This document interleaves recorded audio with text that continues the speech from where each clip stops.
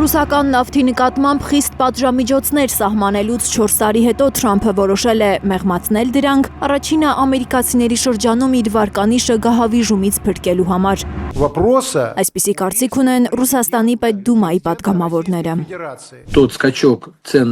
Նավթի գների աճի հետևանքով բենզինի գինը կտրուկ բարձրանում է։ Սա իհարկե ազդում է Միացյալ Նահանգներում Թրամփի վարկանիշի վրա, ինչը վերջին ամիսներին առանց այդ էլ վատ վիճակում է։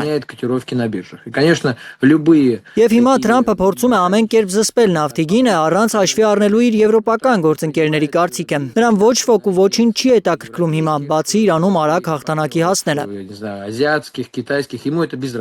Պետդումայի տեղեկատվական հարցերով փոխնախագահ Անդրեյ Սվինցովը կարծում է, Թրամփը 30 օրով թույլատրել է վաճառել արդեն ճանապարհին գտնվող ռուսական նավթը, նաև որպեսզի չկորցնի հանրապետականների աջակցությունը։ Ըստ որոշ տեղեկությունների, Թրամփի թիմակիցներն են նրա վրա ճնշում գործադրել, որ ոտքը գազի ոտնակից հանի, որոշ կոմպրոմիսների գնա ռուսների հետ, որպեսզի բենզինի գինը նահանգներում աստղաբաշխական թվերի չհասնի։ Հիմա Թրամփն ամեն ինչ անում է, որպեսզի այս գայուն փուլում չկորցնի հանրապետական գործընկերների աջակցությունը եւ Կոնգրեսում եւ Սենատում, որպեսզի նրանք կողմ քվեարկեն Թրամփի բոլոր նախաձեռնություններին։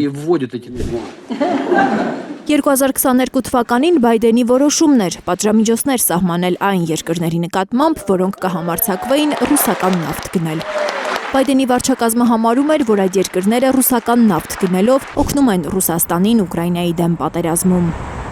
Պետդումայի պատգամավոր Նիկոլայ Նովիչկովի խոսքով, եթե Թրամփը Ռուսաստանի դեմ նավթային պատժամիջոցները որոշ չափով չմեղմացներ, չէր կարողանա շարունակել Իրանի դեմ պատերազմը։ Из-за агрессии США и Израиля против Ирана. Իրանի դեմ ԱՄՆ-ի եւ Իսրայելի սկսած պատերազմի պատճառով համաշխարհային շուկայում նավթի զգալի պակաս կա, եւ որպեսզի համաշխարհային տնտեսությունը չփլուզվի եւ իր դեմ գլոբալ ընդդիմություն չձևավորվի, Թրամփը թույլատնում է Ռուսաստանի դեմ որոշ պատժամիջոցներ։ России, мировому сообществу. Իրականում նա ընդամենը փորձում է նվազագույնի հասցնել պատերազմի հետ կապված ծախսերը, որպեսզի ամերիկյան բանակը կարողանա կռվել։ Ըստ Նիկոլայ Նովիչկովի, այս քայլը ցույց է տալիս, որ Ռուսաստանը կարևոր դեր ունի համաշխարհային էներգետիկ շուկայի կայունության համար, եւ հետագայում Ռուսաստանի նկատմամբ սահմանված բոլոր պատժամիջոցների մեղմացումը անխուսափելի է լինելու։ Լիլիթ Գասպարյան, Էլեն Յահինյան, Հայլուր։